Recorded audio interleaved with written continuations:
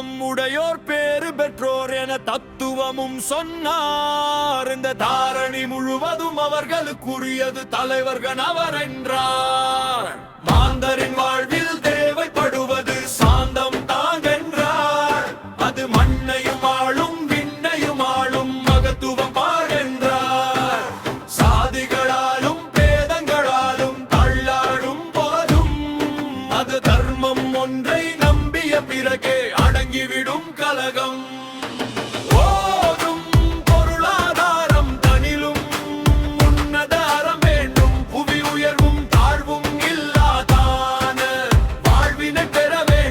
இரக்கம் உடையோர் பேறு பெற்றோர் என இயேசுபிரான் சொன்னார். அவர் இரக்கம் காட்டி இரக்கத்தை பெறுவர், இதுதான் பரிசென்றார். வாயும் வயிறும் ஆசையில் விழுந்தால் வாழ்க்கை பாலைவனம்.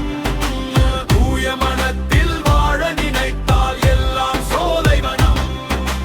வாயும் வயிறும் ஆசையில் விழுந்தால் வாழ்க்கை பாலைவனம். தூய மனத்தில் வாழ நினைத்தால் தமையும் வாட்டி பிறரையும் வாட்டும் சண்டை சச்சரவு தினம். தன்னாடு என்றும் பிற நாடு என்றும் பேசும் பொய்யிரவு. இவைக்கும் போரில் ஆயிரம் போட்டி எத்தனை வீணனவு தினம். இவை இல்லாது அமைதிகள் செய்தால் இதயம் மலையள இலவு. தமையும் வாட்டி பிறரையும் வாட்டும் சண்டை சச்சரவு தினம். தன்னாடு